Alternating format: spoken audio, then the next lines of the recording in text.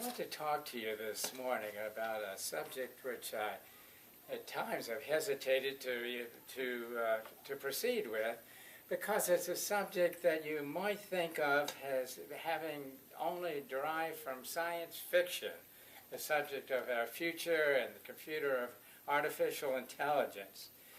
And you might think of it as not having anything much to do with our spiritual life.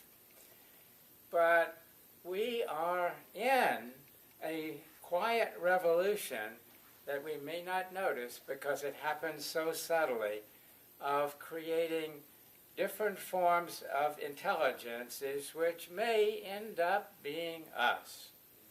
It's a large step in our human evolution, and at least it's good to be prepared. Speaking to you about this morning is another way, too, of inviting you into letting your mind wander into a little bit of a different way of looking at life, and perhaps of asking questions of yourself which may end up deepening your spiritual practice.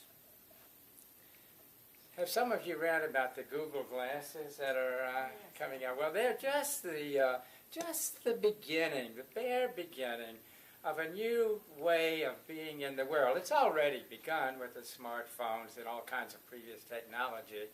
But what is happening is the speeding up quality is amazing. The quality of our lives is getting modified not only by speed, but also by in a deeper way. Up until this point, most of our technology has been about changing the world around us in some kind of form. The new technology is about changing us, making us into different persons. We are a bit of a different person if we are walking down the street with our Google glasses and then have a choice of whether to see the person in front of us or to see, which will, if not immediately will happen, very soon will, to see a virtual reality and be able to choose which one we're living in. This is a new way of transforming us, not just the world around us. There's a familiar way of looking at computers, which is sort of from the perspective of what goes in, comes out. You know, and this is a perspective that most of us have in our home computers. I've had it with my PC. It's the way we're used to looking at computers, and even with smartphones. And it's likely a way that many IT specialists look at computers. But the other way of looking at computers, which is emerging, is to look at them from the point of view of theoretical designers of computers, of artificial intelligence, who are designing machines that are able to design their own programs. Sophisticated computers are now designing their own programs. They are developing the ability to design other computers themselves, computers which may be even better than them, because they can answer problems they were unable to answer. And computers are on the verge of self-replicating. Now, there are two ways of designing superhuman computers. The old way was to try to understand how the human brain functioned and then try to model a computer on its structure. But sooner or later, most of the folks in these areas of artificial intelligence have realized that it would be very difficult to ever design a computer that could completely model the human brain, because we just know it's so hard to completely get a grasp on how the human brain works. So the other standpoint, which is the emerging standpoint and perspective from which to design, is to design a computer that can itself be able to learn, that can learn from its experience and modify its behavior, just as a human child does in the very beginning with only rudimentary skills, right? But the child is able to incorporate sensory data from its environment, put things together in its own experiential way, and learn from its experience. The computer that won Jeopardy, Watson, that some of you may know about not too long ago, was just a very rudimentary model of this, but it was able to win Jeopardy because it was able to learn, as the questions were asked, exactly what style and what way kind of work towards answering them. Now I know that the question that most of us have about this whole field is, will artificial intelligence be human? Will the computers be able to write poetry as did Shakespeare? A few computers have written poetry, but it's probably not good enough to submit on your application for college. But these attempts are only a few years old. And we wonder also, will computers be conscious? Will artificial intelligence be conscious? Of course, there's a presumption there, which is to assume that as a baseline, most of us are conscious. But consciousness exists on a continuum. One is never completely conscious or unconscious. And neuroscientists today do not yet understand human consciousness. According to the Buddha, consciousness is not even a separate state, but is a fluctuating experiment dependent upon whatever is sensed. So we don't really know, I think, do we? Will artificial intelligence have feelings? We don't know. What we do know is that people who are served by smart robots tend to become very affectionate to them. This is particularly true in Japan, where robots are used a lot in nursing homes. I would imagine that it is natural for us to love whatever is close to us. Some of us have a good friend who I would say pretty much loves his boat, at least in the summer. But the big question is not who will we love or what will we love. The big question is, will we be loved back? Now, some of these questions are the questions that we tend to ask when we think about the future of artificial intelligence. But they're not the most relevant questions. The big question is not whether computers will become human. The big question is, for us, will humans become computers? Will we become a form of artificial intelligence? To what degree may we retain the meat bodies that were comically portrayed in the skit that Hank and James read? Research in the field of artificial intelligence is all about creating a brand new form of being. The best spokesman for this that I know of is Ray Kurzweil. Some of you may have read, he was in Time magazine maybe last year. Kurzweil, interestingly enough, grew up in a Unitarian Universalist Sunday school. And at the time of his being in his education classes, UUs were very optimistic about the future. And perhaps, I wonder, does this may account for some of Kurzweil's enthusiasm? In 1989, Kurzweil wrote a book, The Age of Spiritual Machines. And then he proceeded to give sermons on the subject at the First Unitarian Church of San Diego. And that very same year, he received the nation's highest award from technology from President Clinton. If you've ever used a scanner, you're indebted to Ray Kurzweil. He created the first scanner, especially for audio reading for the blind. Stevie Wonder bought one of the first. Kurzweil is now Director of Engineering at Google. Kurzweil believes that we are evolving into artificially intelligent machines, and he sees this evolution as our spiritual goal. He writes, "The freeing of our thinking from the severe limitations of its biological form may be regarded as our essential spiritual quest. We will be part of this very rapid explosion of intelligence and beauty and a very rapid acceleration of this evolutionary process. And to me, that is what God is. Evolution," he says, "is a spiritual process because it moves us closer to what we have considered God." Kurzweil believes that by 2045, we will have evolved into such a vast intelligence that we will create a second, what he calls singularity, the first singularity, being the Big Bang out of which our universe originated. And Kurzweil predicts we're about at the verge of a second such event of such dramatic import. It's not just fictional imagining.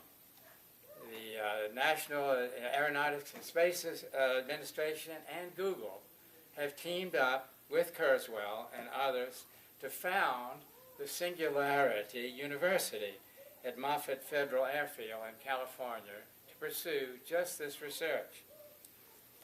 Interestingly, Kurzweil wants to live a long time because he says the way to meet our maker is to stay alive. So he takes about 200 supplements per day. And then when he's asked if we are becoming God, he replies, not yet.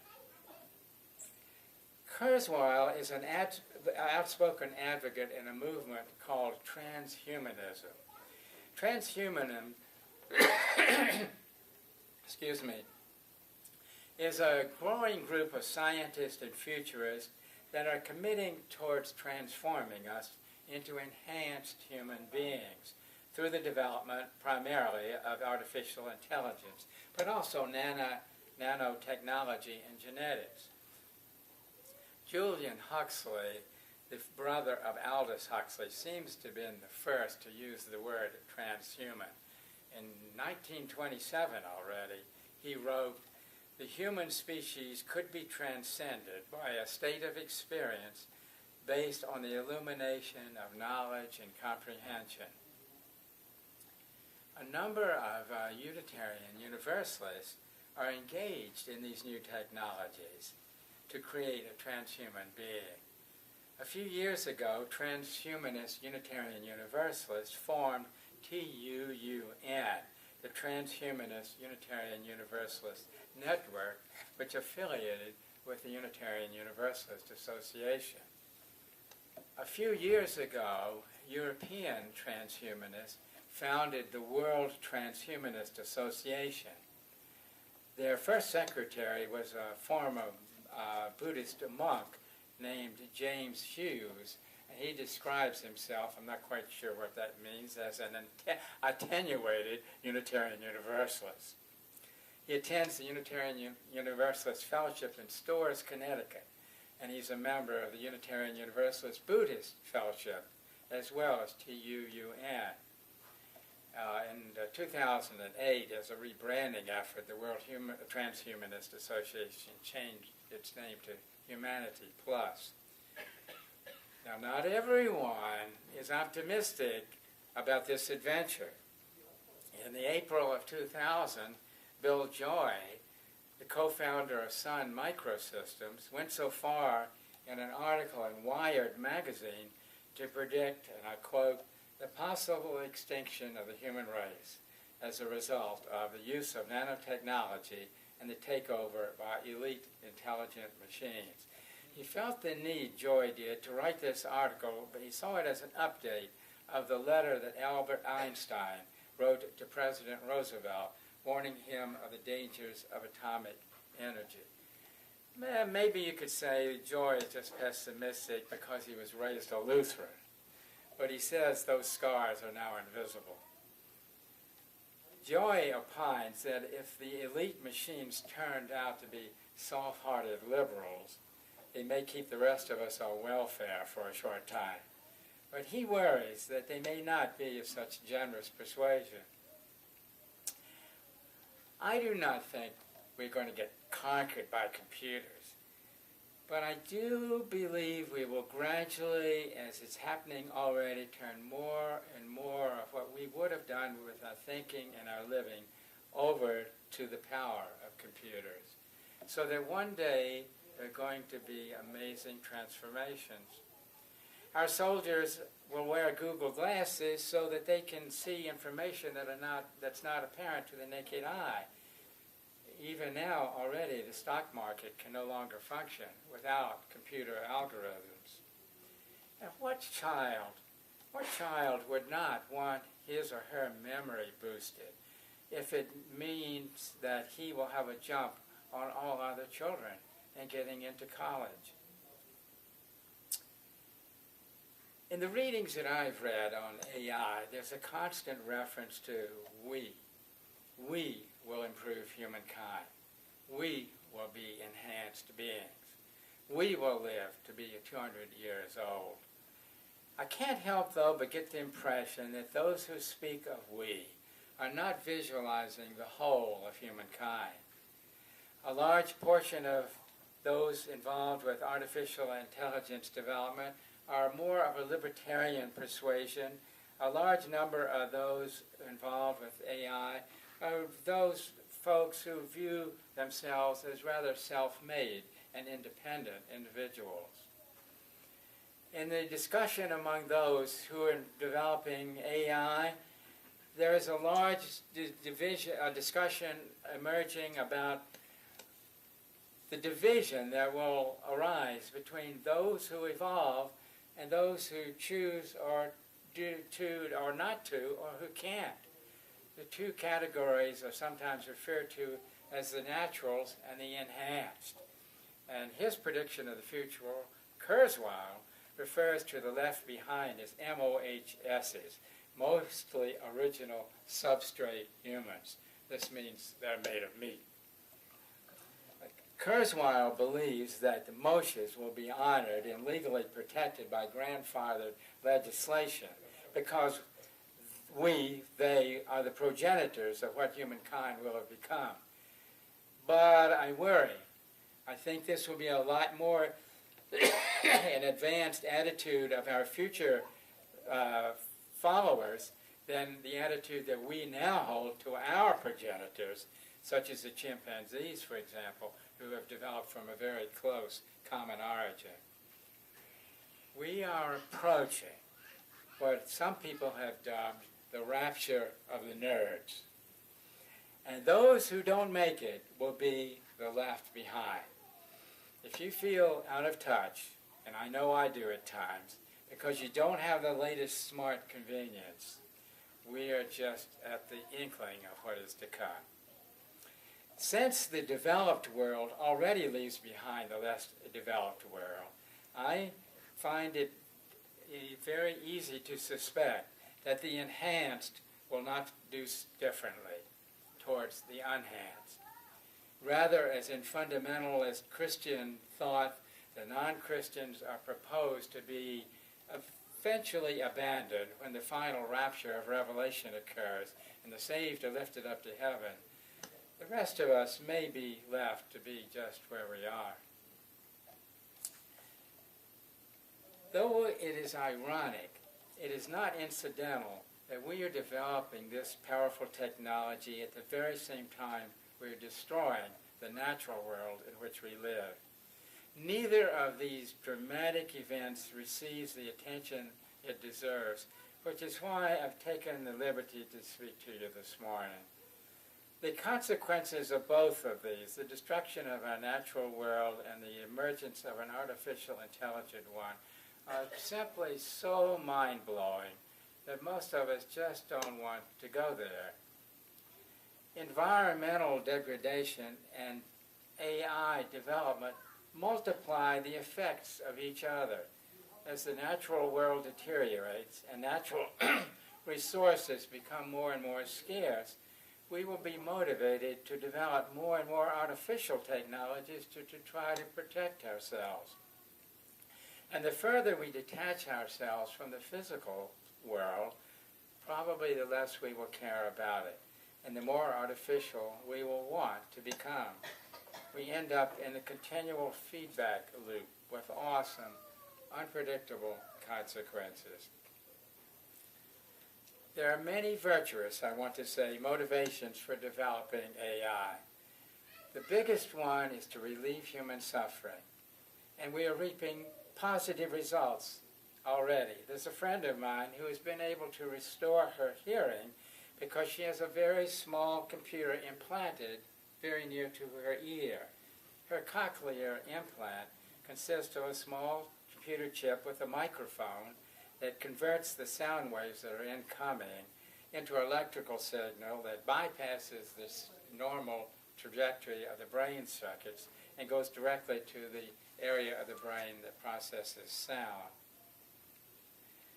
the U.S. Defense Advanced Research Agency, which funds so much of development in this area, which actually was responsible for funding the invention of GPSs and smartphones, is now researching how to connect implants in our brain without using wires, with implants in the brains of others, so that we can communicate without using any intervening device.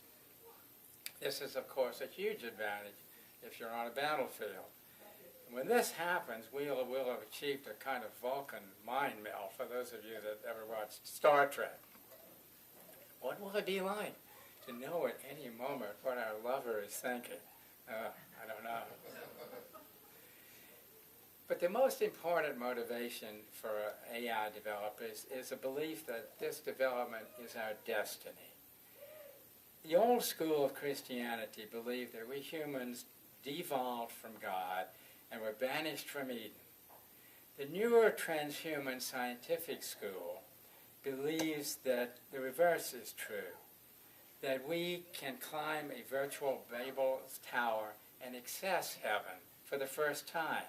So Kurzweil can write that the freeing of our thinking from the severe limitations of its biological form may be regarded as an essential spiritual quest.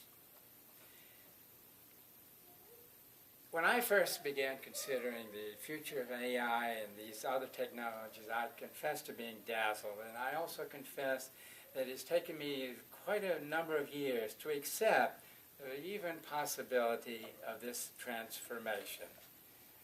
But gradually I've come to do so, which does not mean that I've come to align myself with this development, but I have come to accept its likely possibility. I do want to say that I'm not afraid of being surpassed, but I do hope that I will be surpassed by whatever it is that is more loving and compassionate in its relation to life. I've always been inspired by the words of Zarathustra, the fictional prophet of Friedrich Nietzsche, who spoke that what is great in man is that he is a bridge and not an end. All beings so far have created something beyond themselves. Do you want to be the ebb of this great flood? I teach you, he said, the Superman. But I'm also chagrined by the way these words of Nietzsche were used so tragically by the Nazis, and to know in my heart that evolving does not necessarily mean progress. So the question for me has become not can we surpass ourselves, or not even should we. It has become, can we evolve into enhanced persons or beings, or whatever you want to call it, even machines that are more loving and compassionate than ourselves at the present time. There are some hopeful signs. We're on the trail of better understanding happiness and compassion. There was a reference to that in the announcements this morning about the talk on happiness. In particular, that we're making great advances into the interconnection between brain physiology and spiritual matters, what we would have considered, at least, spiritual matters. Recently, through imaging, we've discovered the part of our brain, it's the left frontal cortex, that we modify when we are mindfully meditating. We've also identified the area of our brain that is activated when we are experiencing a feeling of interconnectedness or mystical oneness. And we have further identified the area of our brain where our ego diminishes and we focus more on the needs of others. It's the medial frontal cortex. We're learning a lot about the physiological representation of compassion. We've discovered mirror neurons that enable us to recreate another's emotional and intentional state so that we can empathize with this person. And Stanford University has established a Center for Compassion and Altruism, Research and Education, partly funded with a contribution from the Dalai Lama. The foremost question for us is, I do believe, can we develop our benevolent intentions and thereby influence what is yet to come? Can we build a world that is not only smart, but that is caring and compassionate? Kurzweil speaks about his growing up in his Unitarian Universalist family, where he says the power of human ideas predominated. They were what this family considered their religion. Now, for us, ideas are very important, but they're not the whole picture. Along with ideas, there's the need for reflection, for compassion, as I've mentioned, for expanding our love and care and concern for whatever is around us, be it the person near to us or the very earth under our feet and all the beings that live in this soil. Another Unitarian Universalist is Tim Berners-Lee. He is the physicist, along with his associates, created the Internet and launched the World Wide Web. He draws a parallel between Unitarian Universalism and the web. He says both are decentralized, and we know that from trying to get organized sometimes, and both are respected, to be respected because they have a higher purpose. Lee was so affirmed by his Unitarian Universalist principles that he elected not to seek some kind of patent protection for his amazing contribution to humankind. Instead, he gave it away. Incidentally, he will be leading a Unitarian Universalist conference in July at Star Island. He says, does Lee, why does not everyone do this? We all have the power, if we have the will, to share in directing our destiny for the good of all, to give as well as to take. Our personal spiritual practices, which emphasize such enlargement of our spiritual being, are becoming more important than ever they were in history. They will affect the future of our humankind. Meditation has now become not just a pleasant respite from our day, although at times we may need just that. It has become an evolutionary necessity. We must do whatever we can to unlock our ego. This path isn't easy. Given the dominant motivations for developing artificial intelligence, which is so based on fear and profit, I'm pessimistic, but I am also hopeful. And success is not even the point. The point is, what can we do, each of us right now, to move in the right direction towards more compassion, reflection, and care? Given enough loving intentionality, I believe we can create whatever will follow us to become what is known in the Buddhist world as a bodhisattva. A bodhisattva, in the Buddhist tradition, is a being that's engaged fully in the nitty-gritty of the world in order to save every other human being. The Dalai Lama is the embodiment of a bodhisattva compassion. He has considered the possibility that he might be reincarnated in an advanced computer. He declared in his chuckling manner, as you know if you've ever watched a video of the Dalai Lama, that he says, with future development of the technology, eventually a new type of human being, say due to these machines, something welcome, no problem. If that comes, then the reincarnation of the Dalai Lama may also be one like that.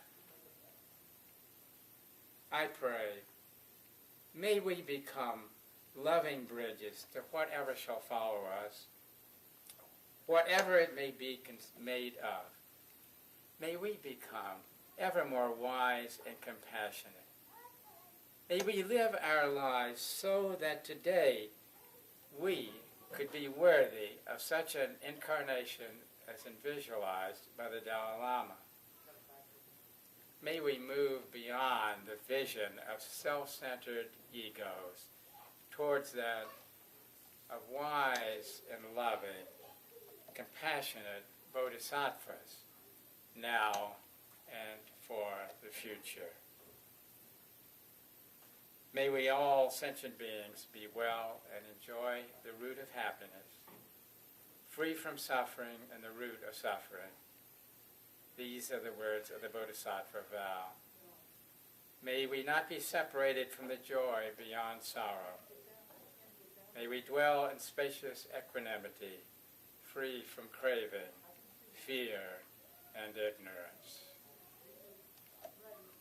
Thank you.